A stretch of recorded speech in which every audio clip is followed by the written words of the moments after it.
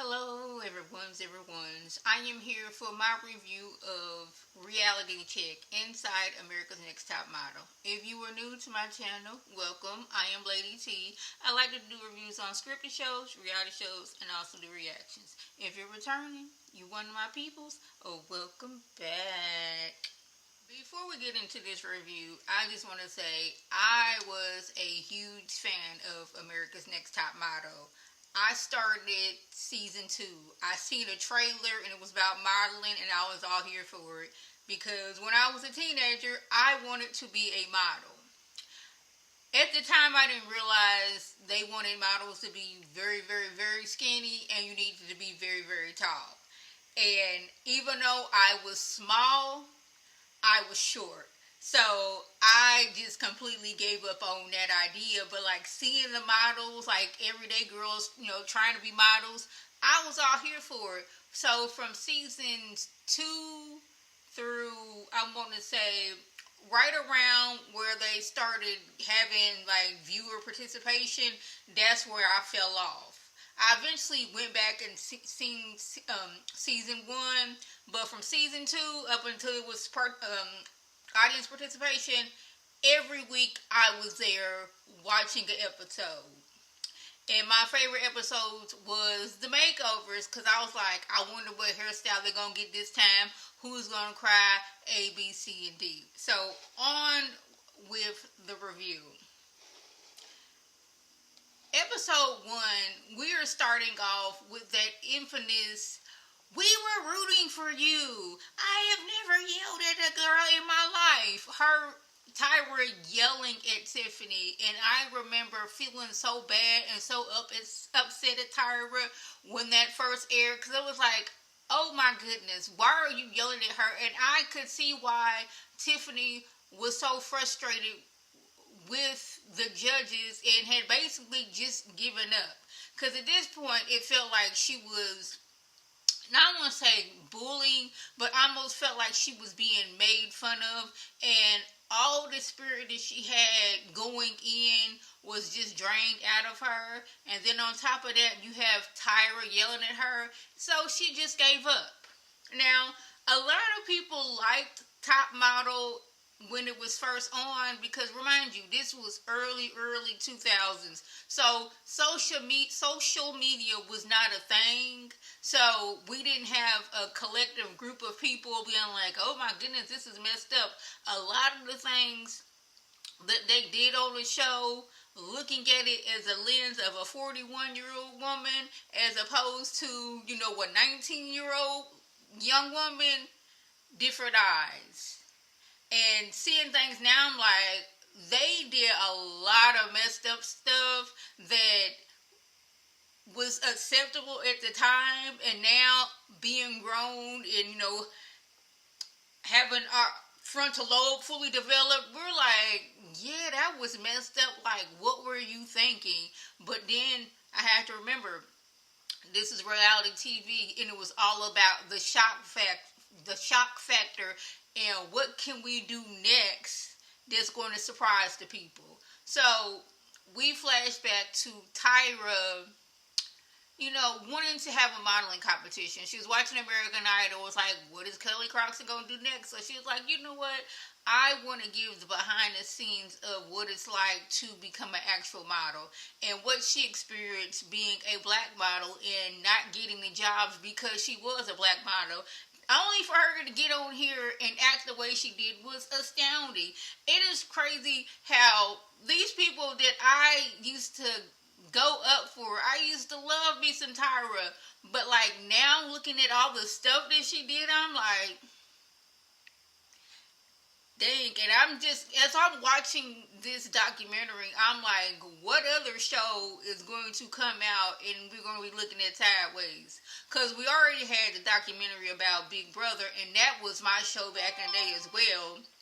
And I did have, I was always questioning, how are they losing this much weight in a week with just exercise and diet? And then you find out all the stuff that they was putting these people through was like, these shows were very, very messed up back in the day. But back to Top Model. She wanted to get some people together because she wanted to have this modeling competition. Well, at this time, Tyra was still just looked at as a model, and at the time, they looked at models as being dumb, having no sense, and all these other things. But she eventually got to talk to some people who had did shows in the past, and they gave her a shot. So she wanted her people on the show. Miss J, runway model coach extraordinaire, brought him on. Mr. J, he was going to be the makeup consultant. He had been doing her makeup for years. And you could tell that season one, the network, they really didn't have much faith in the show because of the budget looked very, very cheap. They had the girls staying in hotel room, which is nothing wrong with that because I believe they've done that before. And like the judging room was in a different hotel room, and you can tell it was very cramped and like you can tell that it wasn't a lot of money put into the budget. Where we at? Then we had Janice Dickerson brought on. And Janice, she would say any and everything to these models. And it was like, it was her goal in life to humiliate the models at the judging. And we saw a lot of Tyra going back and forth with Janice. And I was like, she would not be able to get away with some of the stuff that she said back then. Today, there was no way people would be able to do that. She would have been gotten canceled a long time ago if she was acting the way she is now, the way she did back then. I was like, oh my goodness. And I don't remember them saying that Ebony was ashy. Ebony was season one. She was bald head. And going back to that, it always bothered me when it was makeover time, when it was time to do the black young lady's hair, and the stylist not knowing how to properly handle their hair. Ebony had already had like a very, very short, she almost had like a fade going on. And she had like this little small patch in the front where they was like, we're going to cut it off. But the people who were doing her hair don't know how to do black hair. They were using the wrong clippers, and she ended up getting nicked a few times. And then they're telling her how ashy she is. And to combat the ashiness, she's like over moisturizing.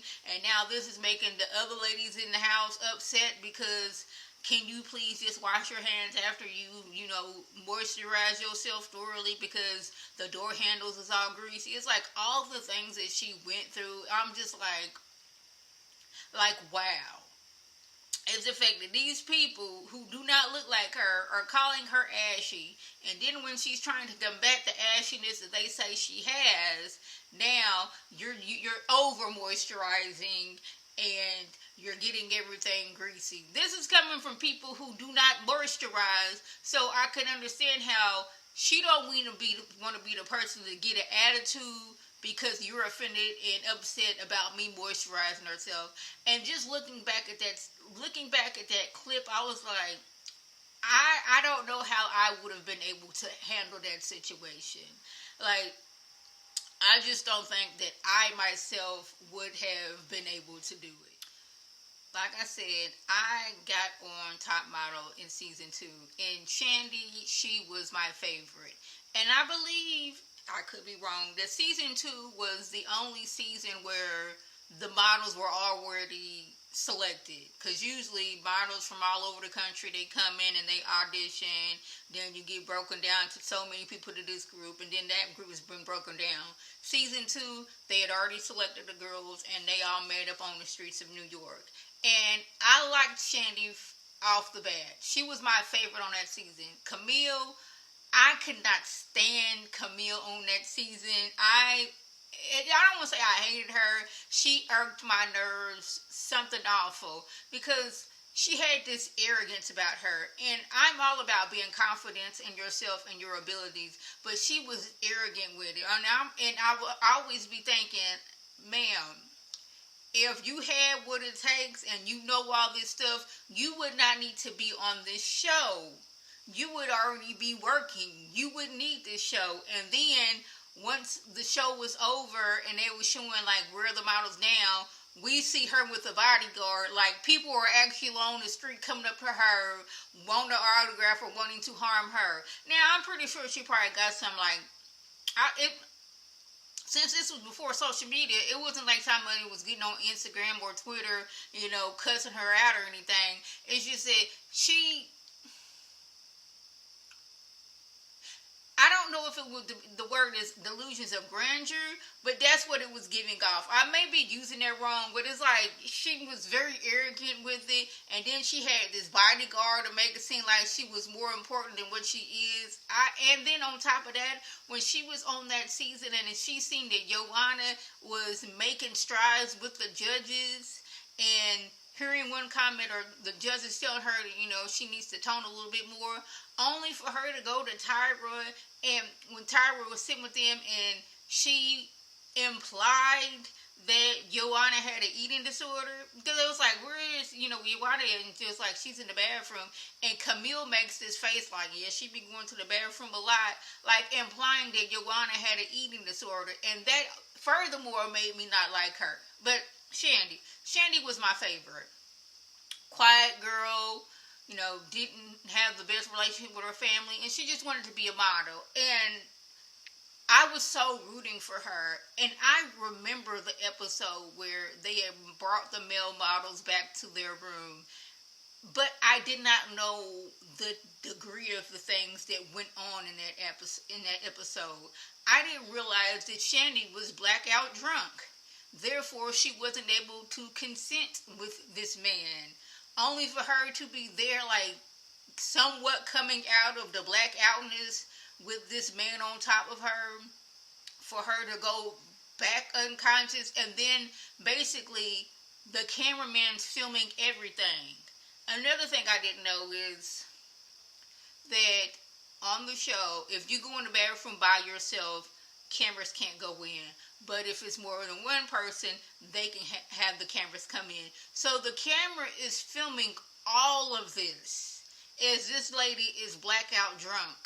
And with shows like this, is basically the cameraman or the crew, they can't step in, which I think is a messed up type of situation, law, or whatever you want to call it, that this lady, you see that she is blackout drunk, and you're just going to sit here and film it. We can't interact with the contestants.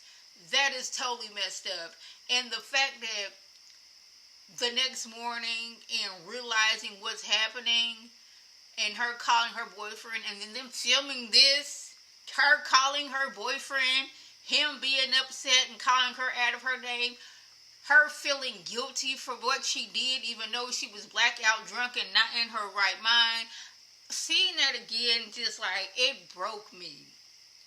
And I was like, and this is what made her no longer want to be the show, because, like, she was basically violated because she could not consent, because she said herself alone drank 2 bottles of wine. And then this happening, and it being filmed, and her boyfriend cussing her out being filmed, and then going on a Tyra show, not wanting to talk about it, never seen that scene, and then Tyra showing this scene yet again, re-traumatizing her. Only to get off the show and her boyfriend try to make it, and him moving to New York with her, but every time you turn around, somebody's calling her out of her name, calling her the cheater, with her boyfriend standing right next to her, and that taking a toll on them to where now they have broken up, because he's ashamed that she cheated, she's ashamed that she has cheated, and him not being able to get over the cheating, and this still being out there. And I find it really messed up, and really like, oh my goodness, that a lot more was said and a lot more was filmed, and the only reason that they didn't show more is because this is right around the time with the Justin Timberlake and Janet Jackson debacle with them. That is the only reason they didn't.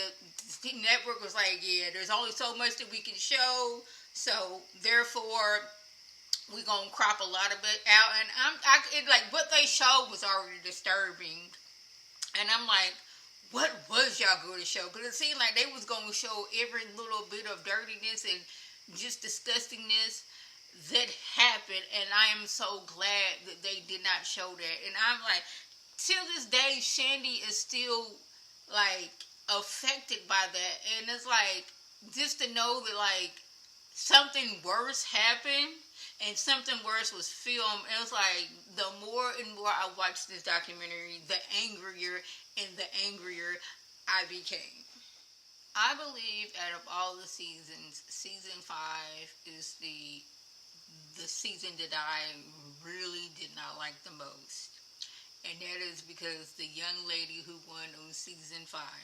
I don't know how this particular young lady won. It still boggles me to this day. My mama said that she has like an apple pie face, like the girl next door face, like the bubbly girl. And I just did not see it for her at all. And the fact that she won still to this day irritates me. Another thing that irritated me about that season, it was the fact that I believe her name was Lisa. She was on there. She was another arrogant lady on there who thought she knew everything there was into the modeling world. To me, to where I also said, like, if you was that good, you would not need to be on America's Next Top Model. You would already be out here on the runways of Paris, Milan. You would already be in these catalogs. You would already be doing it. And she was always trying to get the shock factor. Like when the Wild Boys came on there, she was peeing in a diaper just to get attention. She was doing a lot. And I was actually happy that she got eliminated, which that's a messed up thing to say. But I was so happy that she got eliminated. And I was so upset that the young lady who did get, who won. It's like, out of all the people, she won. But okay, season 6. Danny was my favorite on season 6. And I remember being so frustrated the way they treated Danielle. That's what she want to go by. They was calling her Danny at one time, but she wanted to be known as Danielle, so I'm going to call her that. The way they were treating Danielle about her gap really, really frustrated me. Because she was out as a child not feeling so confident that she had a gap. Only to, love it as she was growing, got older, only to come on this show and them telling her she will never be a high-end model with this gap. I also did not like, I liked that they wanted to help Joni get her teeth fixed, but it seemed like they did more damage than good. Yeah, they got rid of one tooth that shouldn't have been there, or it wasn't in the right place. But then they shaved all her teeth down, I guess, to get some veneers or something like that. Which I think it's messed up that you have to shave your teeth down to some doggone pointy toothpicks just to get fake teeth on. But anyway, that's neither here nor there.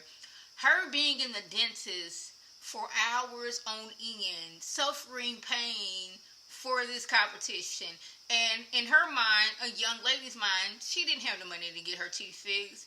And thinking that this show, wow, they're actually going to pay for me to get my teeth fixed, only for her till this day still having issues with her teeth. I find it so messed up. Back to Danny. Them basically telling her that if you don't get your teeth fixed, you are going to be out of this competition. Is messed up because she was so adamant about not wanting to get her gap closed, and then remembering the previous season when one of the young ladies didn't want to get her hair cut again and she went home. So it was like, do I want to make it all the way on top model and potentially win, or do I want to keep my gap? So she did it. She did get it closed slightly, and I'm just so irritated when I watch several seasons later where Tyra was praising a different contestant about having a gap and wanting to widen this other contestant's gap. I'm like, how is it that, then I'm like, is this a colorist issue? Because Danny is black and y'all was up here talking about her and her gap, she was not going to be able to model. But when years later, this white contestant has a gap. Y'all wanting to widen it. And that has never sat well with me. I am glad that Danny was able to win Top Model. And, like, I remember it was years ago. I used to see her in a magazine all the time. I think she used to be in, what is that magazine called? Oh, it was a magazine back in the day where you could order stuff and pay like $5.99 a month. I can't think of the magazine name right now, and if I remember it, I'll put it in the description below. But I used to see her all the time in that magazine. So at the time, I thought, oh wow, she's doing good. This is my mind back then. Now, mind you, this was like before 2010. And I didn't really know about reality TV like that for real. So, in my mind's eye, the girl, whoever wins top model, they career is skyrocketing. I didn't know at the time that like a lot of them did not make it. And it's crazy because being on this show is a good reason why a lot of models did not make it. The race swapping episode never set right with me, only for them to turn around and do it yet again.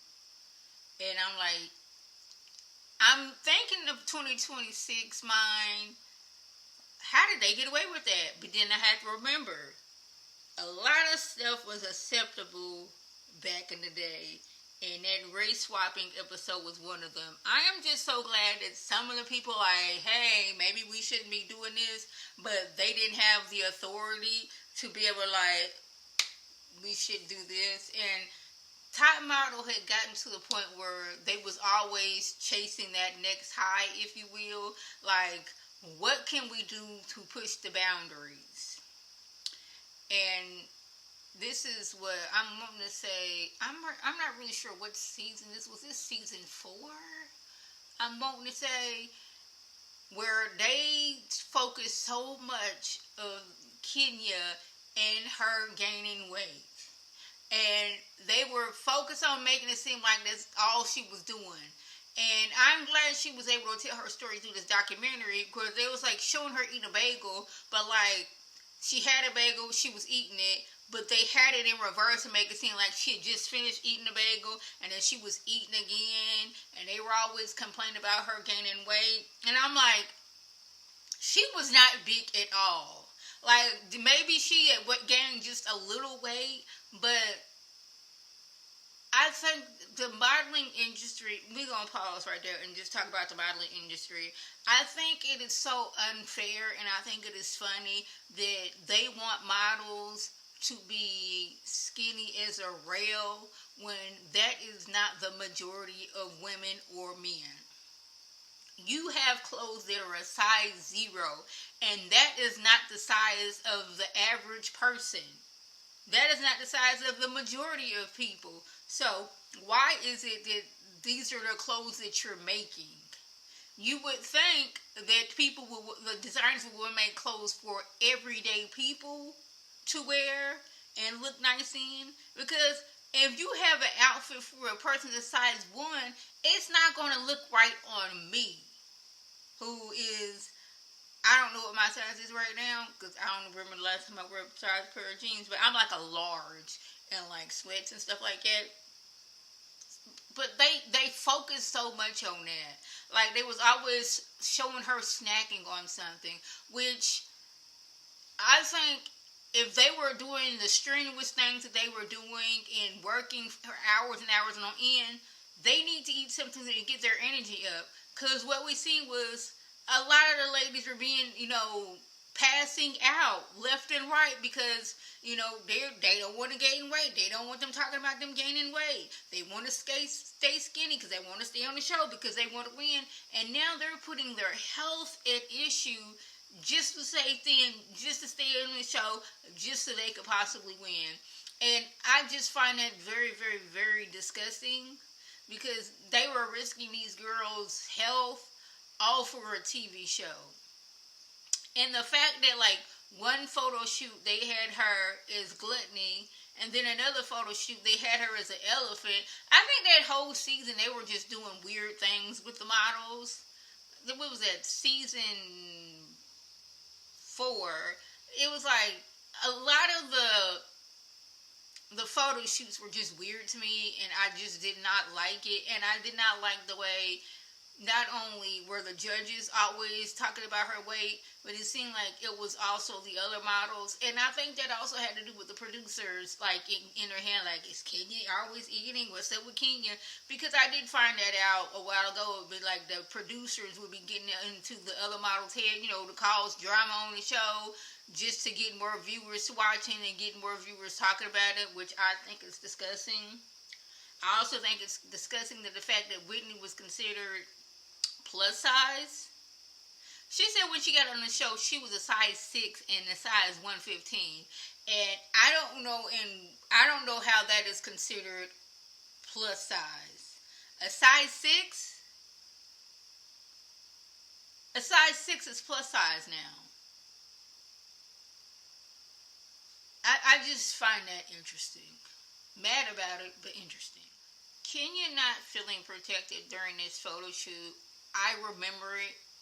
I just didn't know it went that far. I remember the young man flirting with her, and I remember her letting the crew know that she did not feel comfortable. I did not like the fact that they did not take her feelings into consideration. It was basically like, get over it. This is your job. And Tyra kind of wanted to be like, you should have told him, like, trying to tell him off. But, like, what if she had have done that? Then what would y'all have done?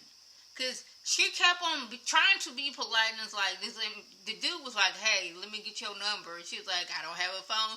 And he kept on at her. So when it was time to do the photo shoot, the young men, the models, only have like a little loincloth on, and she's supposed to be dancing like with them around her, and he's making all these noises, and he's touching her, making her feel more uncomfortable. Also, it's affecting her photo shoot because he was already flirting with me before, and I was feeling uncomfortable. Now he's doing this, I'm feeling uncomfortable. I'm letting the camera crew and I'm letting Mr. J know that I am uncomfortable, and they're basically like, get over it. And that really frustrated me, and that made me upset. I didn't know in the severity of which he was making her uncomfortable. I remember it, but like I also don't remember, and I didn't know the severity in which it was. And I am mad that they let that happen, all for the sake of a show. A lot of the shows that we watched back in the day, watching them now is really frustrating to me, because it's like, I like this show, and why was I liking this show when they were doing all these things on the show?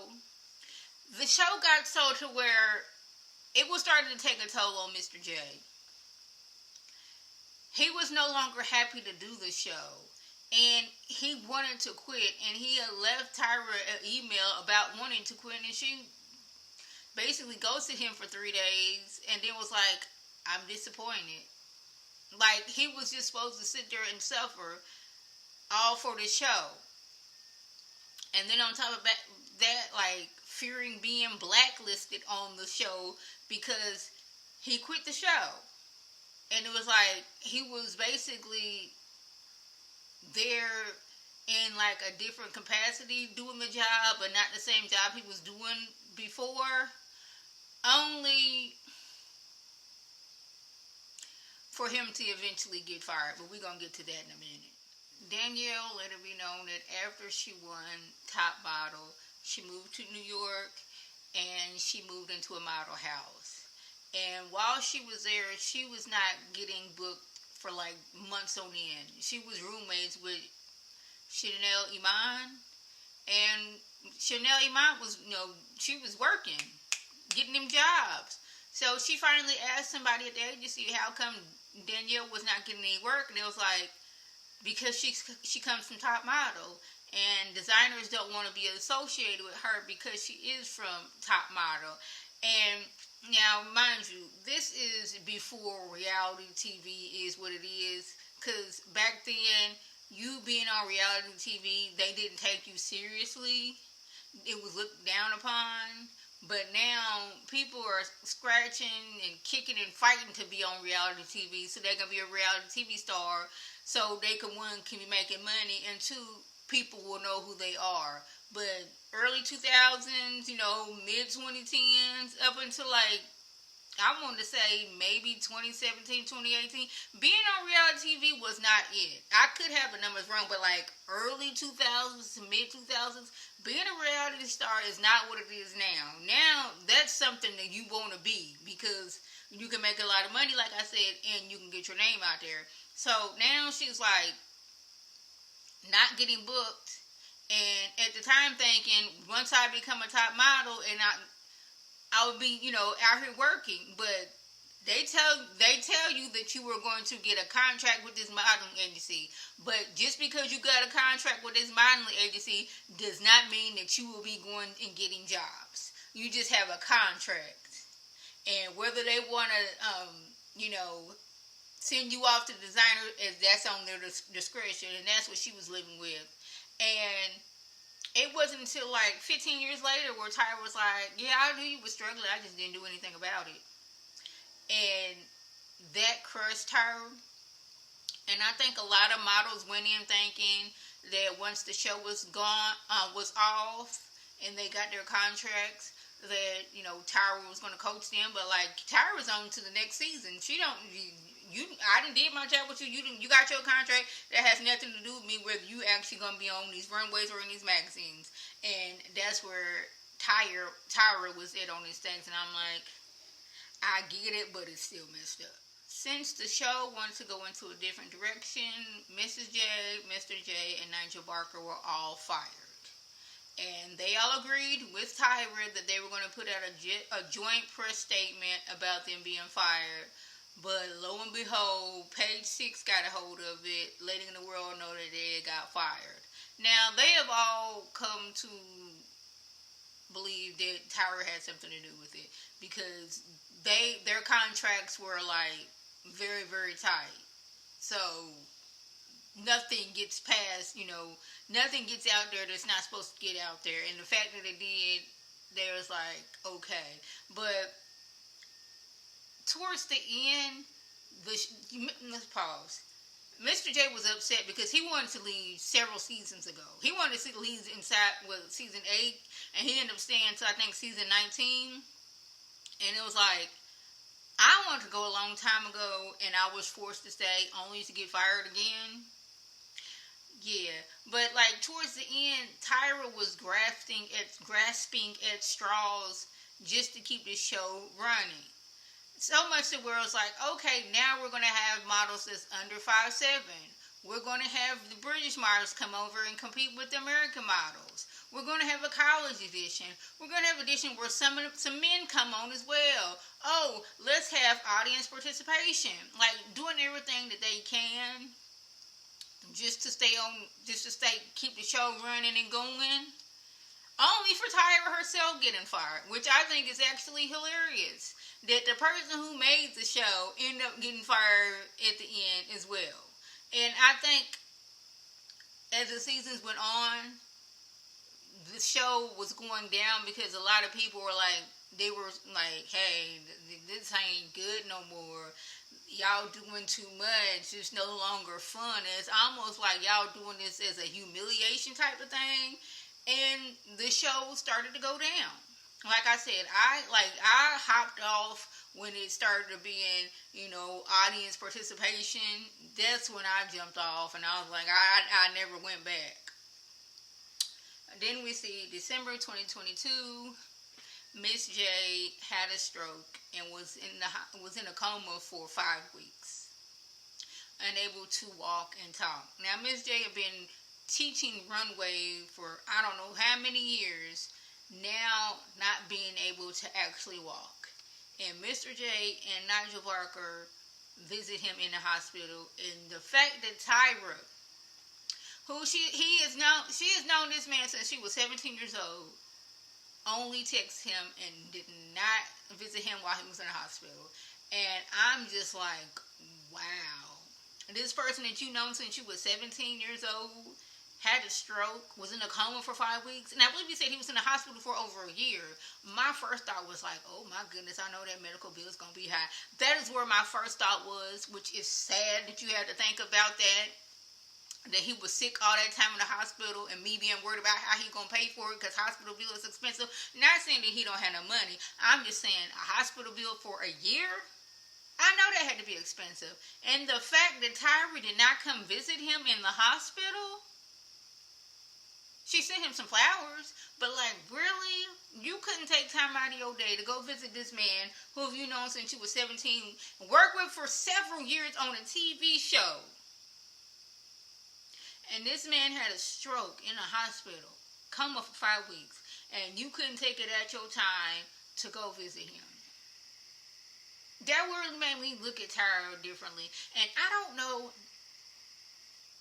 Tyra had this look on her was making me uncomfortable, and I don't want to know what it is. It's almost, I don't want to say evil, but it was in that realm.